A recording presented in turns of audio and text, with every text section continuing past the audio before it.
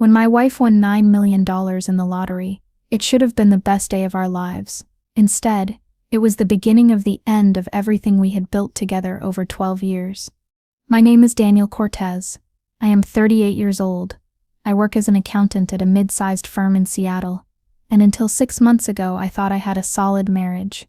My wife, Victoria Sandoval, was a corporate lawyer, one of those brilliant women who light up any room with their presence. Jet black hair, honey-colored eyes, a smile that could disarm anyone in a negotiation. We met in college, married young, built a life together brick by brick. We lived in a modest house in the suburbs, nothing ostentatious.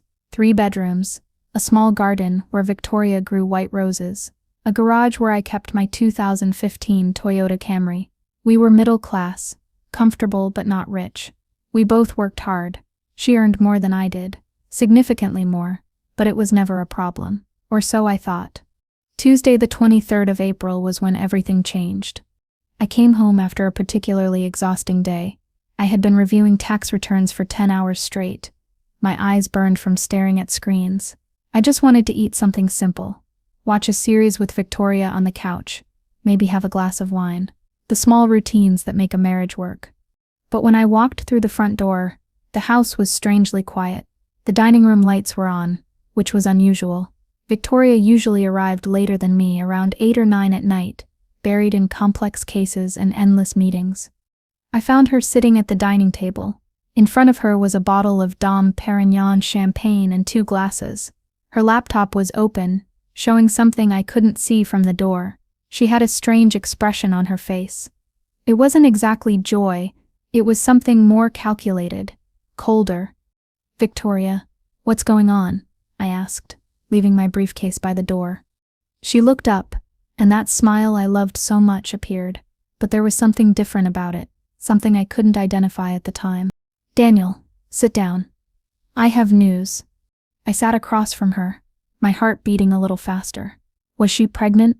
We had talked about having children for years, but her career had always been the priority. She said we would wait for the right time. "Do you remember? 3 months ago, I bought those lottery tickets for the office?" I nodded vaguely. Victoria and her colleagues had a sort of lottery pool. Every week they pooled $20 per person and bought tickets. It was a silly thing, a team-building activity more than a serious investment. "I won," she said. Her voice was flat, almost clinical. $9 million. After taxes, approximately $5,800,000. The world stopped for a second. 9 million. I repeated the number in my head, trying to comprehend it. It was an abstract amount, something you saw in movies or read about in internet stories, not something that happened to people like us. "My God, Victoria. That's incredible. It's life-changing. We can pay off the mortgage. We can travel. We can finally—" I started speaking hurriedly, my mind racing in 1,000 directions. She raised a hand, cutting me off. "We can do many things, Daniel. But there's something I need to tell you first." Something in her tone chilled my blood. It wasn't the voice of my wife sharing good news. It was the voice of Victoria Sandoval, corporate lawyer about to present a case. "I want a divorce." The words fell like stones in still water. For a moment I didn't process them. I just sat there looking at her, waiting for her to say it was a bad joke. "What?" was all I could say. "I want a divorce, Daniel. I've been thinking about this for a long time. Our marriage has been dead for years. We just didn't have the courage to admit it." "What are you talking about?" "Victoria, we were fine. We are fine." She shook her head, her expression one of condescending patience that made me feel like a child. "No, Daniel, we are not fine. We haven't been for a long time. You know it. I know it. We were just existing next to each other, going through the motions. But you just won millions. I thought we would be celebrating together. That's why I'm telling you this now. The money gave me clarity. It gave me the freedom to finally do what I've wanted to do for years." I stood up from the chair, my legs trembling. This couldn't be happening. Not like this. Not in this way. "Is there someone else?" I asked, my voice sounding strange in my own ears. Victoria sighed, as if the question were predictable and boring. "That is irrelevant. Answer the damn question." "Yes," she said finally, her voice firm. "There is someone else. Marcus. From my firm, senior partner. We've been seeing each other for almost 2 years. 2 years. 2 years of lies, of excuses about working late, of business trips. Everything suddenly fit together like a macabre puzzle. The nights she didn't answer the phone. The weekends she said she had to work. The times she came home smelling of a different perfume and blamed the office environment. 2 years? I repeated, feeling my world crumble. Victoria, we've been married for 12 years. How could you? It was easy, Daniel, because you never pay real attention. You're so absorbed in your little world of numbers and spreadsheets that you never noticed your wife stopped loving you years ago. Her words were like knives, each one designed to hurt, to destroy, and they were working. So what? Did you plan this? Wait to win money so you could leave me? I didn't plan to win the lottery, Daniel, but I did plan to leave you. The money just sped up the process. I spoke with Marcus. We're going to get married. He already left his wife last month. We're ready to start our life together. I felt nauseous. This was a nightmare. It had to be. And the house, she began, her voice returning to that professional, cold tone. I need you to leave. Tonight. Tonight, Victoria, this is my house too. I've lived here for 8 years. It's in my name. I bought it before we got married, remember? With my first big bonus. Technically, it's my property, and I want you to leave. Now. I couldn't believe it. The woman I had married, with whom I had shared my life, was throwing me out as if I were a problematic tenant. You have 2 hours to pack the essentials. The rest I can send you later, or donate it. I don't care much, she said, taking a sip of the champagne as if we were discussing weekend plans. You can't do this. I can, and I am. If you don't leave voluntarily, I'll call the police. I have friends in the department. It will be uncomfortable for both of us. But especially for you. That threat was the last straw, not of anger but of understanding. This wasn't my Victoria, or maybe I never really knew her. The woman in front of me was a stranger with my wife's face, calculating, cold, ruthless. I'm going to fight this, I said, my voice trembling but firm. I'm going to get a lawyer. You're not going to get away with this, just like that. Victoria let out a laugh, a genuine laugh, as if she had just heard the best joke. Daniel, I'm one of the best corporate lawyers in Seattle. My firm handles high-profile divorces. Do you really think I haven't planned this down to the last detail? You will get 0. Absolutely nothing. The house is mine. The lottery money is mine. Won after our relationship effectively ended. You have no claim. We're married. That means something legally. It means very little when you have the right lawyers. Now please pack your things and leave. Marcus is coming in 3 hours and I don't want this to be more uncomfortable than necessary. Marcus. He was coming here, to our house. Tonight.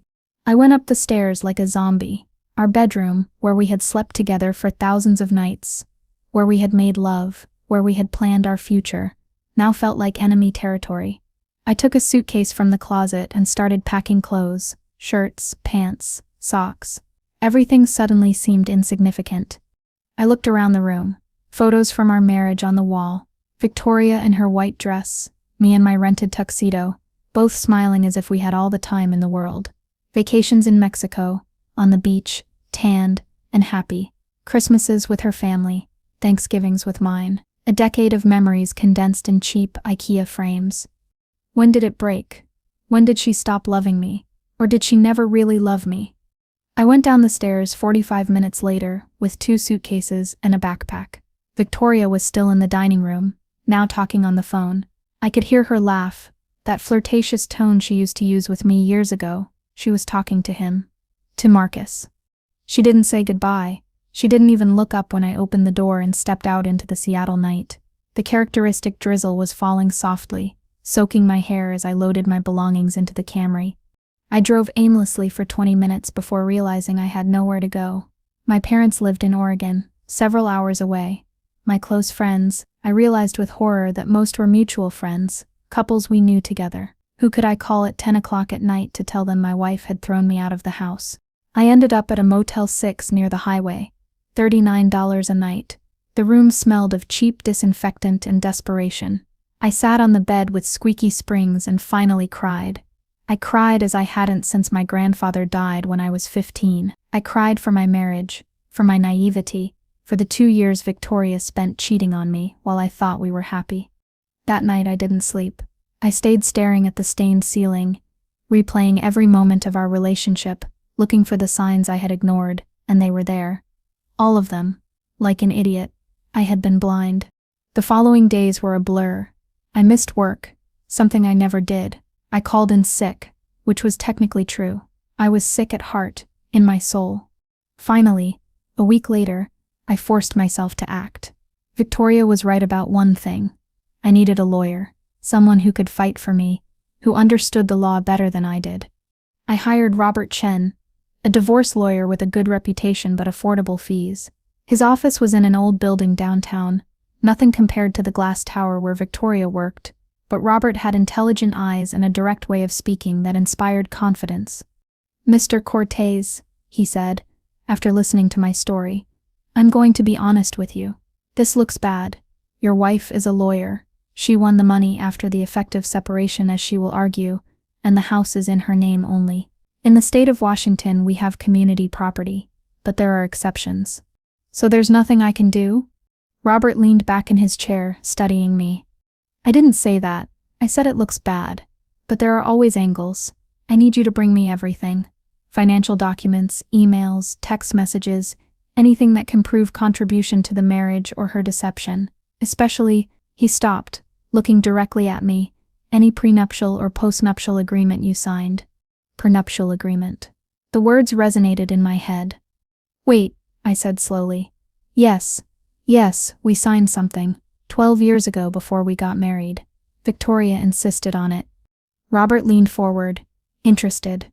"Do you have a copy?" "I don't know. Maybe in my old files. I never thought about it after signing it. It was so long ago." "I need you to find that document, Mr. Cortez. It could change everything." That night I went back to the motel where I was still temporarily living and searched my digital storage. I had years of scanned documents, a professional habit of keeping everything organized. Photos, receipts, old rental contracts, and there, in a folder titled Important Documents 2013, I found the PDF. Prenuptial agreement between Victoria Elena Sandoval and Daniel Jesus Cortez. I opened it, my hands trembling. It was 15 pages of dense legal language. I read it once, twice, 3 times, unable to believe what I was seeing. Victoria had drafted it herself. In her 3rd year as an associate at her firm, she had been meticulous, detailed as she was with everything. The agreement clearly stipulated the separation of assets during the marriage, but there were clauses that she had apparently forgotten or didn't consider relevant in her haste to throw me out. Clause 7, subsection C, stated that any property acquired before the marriage but significantly improved during the marriage with joint funds would become community property. The house. We had completely renovated the basement 5 years ago, paying for it half and half. We installed a new kitchen 3 years ago. I had paid half. Clause 9 stated that in the event of proven infidelity, the guilty party would lose any right to alimony or compensatory pension, and furthermore, must compensate the innocent party with 30% of any significant income received during the 6 months following the discovery of the infidelity. 30% of $5,800,000. $1,740,000. Victoria, in her arrogance and haste, had forgotten the contract she herself had written, or she thought I would never find it, or she assumed I wouldn't have the resources to fight. The next morning I arrived at Robert Chen's office at 8 o'clock sharp, the document printed in my hands. Robert read it silently for 20 minutes. Every so often he made a mark with a yellow highlighter. When he finished, a slow smile spread across his face. "Mr. Cortez, your wife made a mistake. A big mistake. Can we use this? We can do more than use it. This is binding. She drafted it.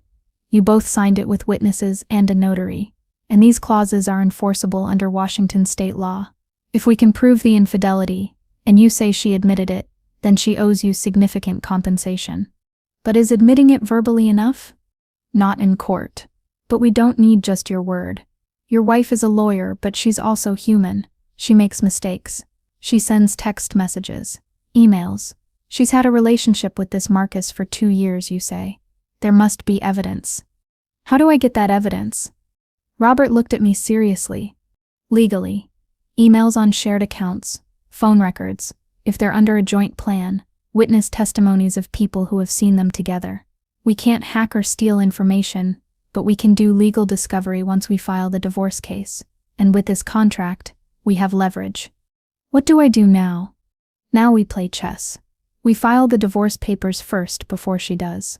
We include this prenuptial agreement, and we request extensive discovery. Your wife will have to reveal her relationship with Marcus, the details, everything. Once we have evidence of infidelity during the marriage, we activate Clause 9. For the first time in 2 weeks, I felt something like hope. We filed the papers a week later. Robert delivered them personally at Victoria's firm. According to what he told me later, her reaction was memorable. Victoria called me that night. It was the first time I had heard her voice since she threw me out. Daniel, what the hell do you think you're doing? Her voice wasn't cold this time. It was furious. What I should have done from the beginning. Fight. That prenuptial contract doesn't mean anything. It was 12 years ago. Circumstances have changed. That will be decided by a judge. In your firm, Victoria, your precious firm where your lover works, will have to deliver records. Emails, messages, calendars, everything. Silence on the other end. I could hear her thinking, calculating. How much do you want? So it had come to that. Victoria Sandoval, the woman who swore eternal love to me, reducing our marriage to a financial transaction. I want what the contract says I'm entitled to, 30%, and half the value of the house, considering my improvements. And I want you and Marcus to face the consequences of destroying a marriage. Marcus has nothing to do with this. Marcus has everything to do with this, especially when his firm discovers he was having a relationship with a married associate that violates his company's code of ethics. Right? I've been reading. It's grounds for dismissal for a senior partner. Another pause. Longer this time. You're a son of a bitch, Daniel. No, Victoria. I'm someone who finally opened his eyes. I hung up. My hands were shaking, but it was a different feeling. It wasn't fear. It was something more like power. The following months were a legal war. Victoria hired the best lawyers in Seattle, but Robert Chen turned out to be more cunning than he seemed. He knew every trick, every delay technique they tried, and we had the prenuptial agreement on our side. The discovery was brutal for Victoria. They had to hand over 2 years of emails between her and Marcus. I read them all, each one a small cut in a heart I thought could no longer bleed. Conversations about the future together, plans to leave their respective spouses, derogatory comments about me. In one particularly painful email, Marcus asked, "When are you going to get rid of the boring accountant?" Victoria responded, "Soon, love. I just need the right moment. He's so predictable he doesn't even suspect anything." There were photos of vacations together when she was supposedly at legal conferences, hotel charges on shared credit cards, explicit text messages I had to read while Robert took notes for the case. Marcus had left his wife, as Victoria mentioned, but the investigation revealed that she was also fighting for compensation, citing abandonment and emotional cruelty. The scandal began to leak into Seattle legal circles. Victoria's firm, concerned about its reputation, placed Marcus on administrative leave while they investigated. Victoria was losing her leverage piece by piece. Mediation was scheduled for a Wednesday in November. 6 months after that fateful night when my world fell apart, we sat in a neutral conference room, Victoria on one side with her 3 lawyers, me on the other with Robert. Victoria looked different, thinner, with dark circles under her eyes. The hair she always kept perfectly styled showed gray roots. For a moment, I almost felt sorry for her.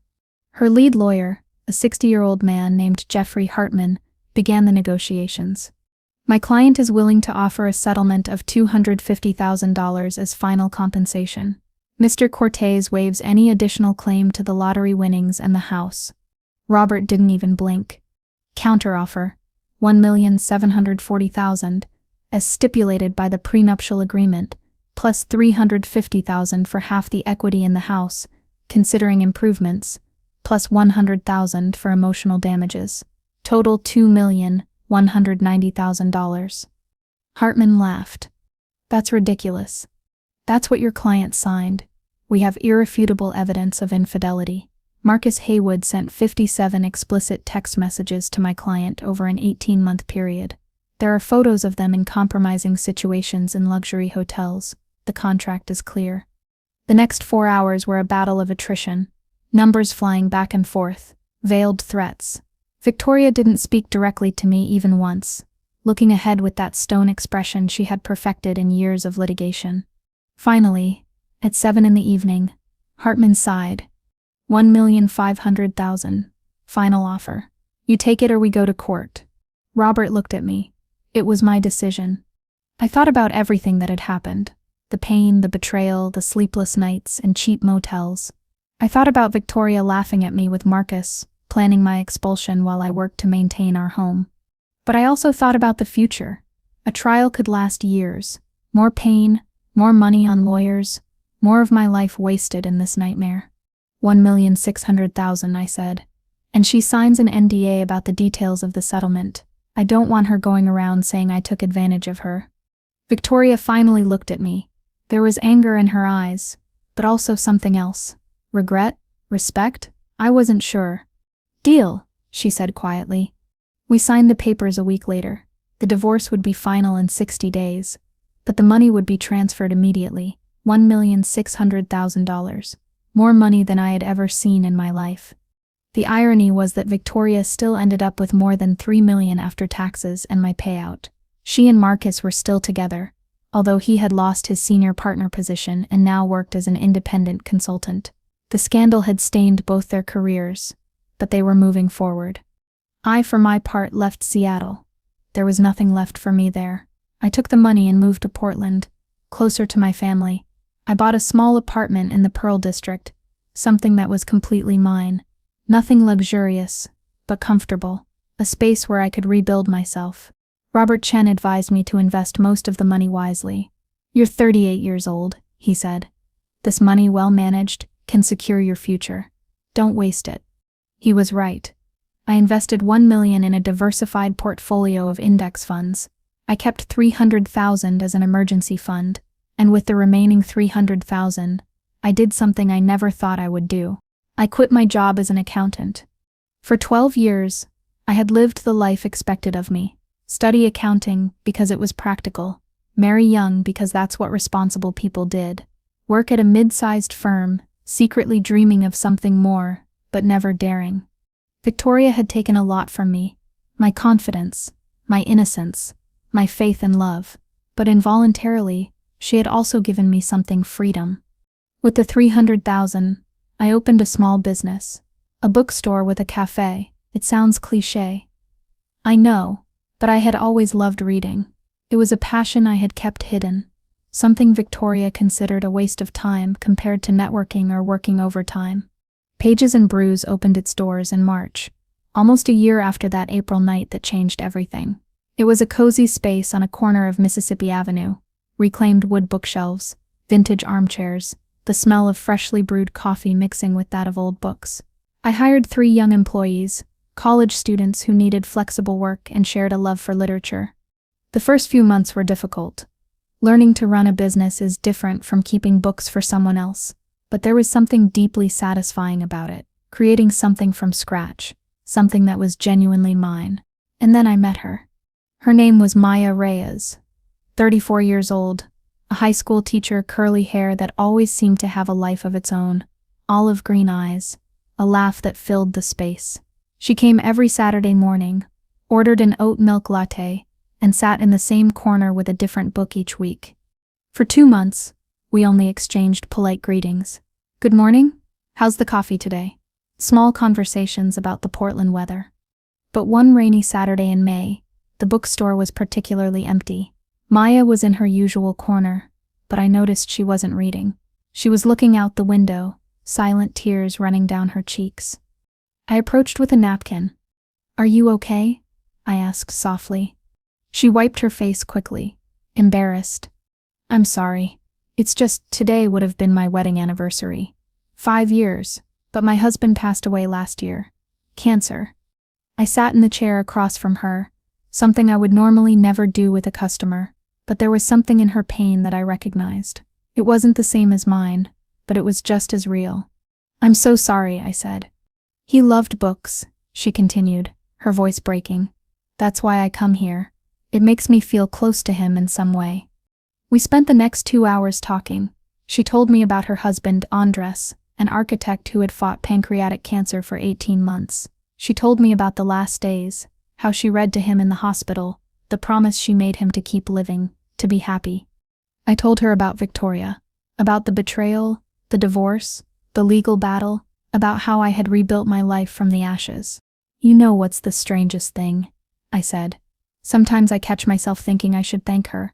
If she hadn't won that lottery, maybe we would have stayed in that dead marriage for years, decades even. At least her betrayal gave me a way out. It forced me to face the truth." Maya nodded. "Andres used to say that crises reveal who we really are. They don't change us. They just remove the layers we use to hide ourselves. Your husband was a wise man." "He was. And he taught me that it's okay to start over, that life goes on, even when you think it can't." That conversation was the beginning of something unexpected. Maya and I started seeing each other outside the bookstore, casual dinners, walks in Forest Park, conversations that stretched into the early hours about books, life, loss, hope. It wasn't romance. Not at first. It was something deeper, two people who had been destroyed by life, finding solace in each other's company, understanding without judgment, space to heal. The romance came later, slow and careful. Our first kiss was 3 months after that initial conversation, in the rain at the Rose Test Garden. It was tentative, sweet, completely different from the burning and ultimately empty passion I had with Victoria. With Maya, everything was different. There were no games, no hidden agendas, just raw honesty. She told me about her fears of loving again, of betraying Andres's memory. I told her about my insecurities, the trauma of having been discarded so easily. "You're not competing with a ghost," she told me one night at my apartment, curled up on the sofa. "Andres was my past, and I will always love him. But love isn't a finite resource. I can honor what we had and still build something new with you." And I told her, "Victoria taught me what I don't want. You're teaching me what I do. That real love isn't about control or appearances. It's about choosing each other every day, even when it's hard." A year passed. My bookstore began to be profitable. It wouldn't make me a millionaire, but it gave me enough to live comfortably, especially with my investments generating passive income. Maya and I moved in together, taking that terrifyingly wonderful step of combining lives. It wasn't perfect. She had days where sadness for Andres overwhelmed her. I had moments where bitterness about Victoria resurfaced, but we faced everything together, with patience and communication. One day in October, 2 years after the divorce, I received a text message from an unknown number.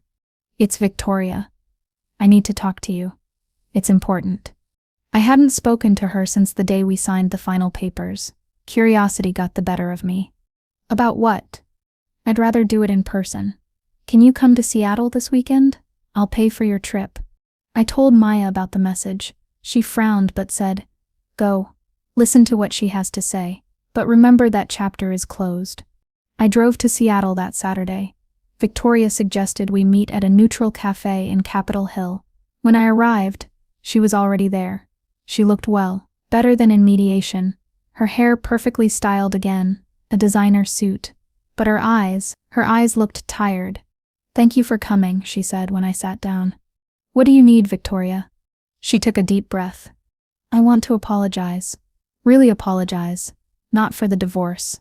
We both know it needed to happen. But for the way, for the cruelty, for the 2 years of deception, for throwing you out that night without consideration.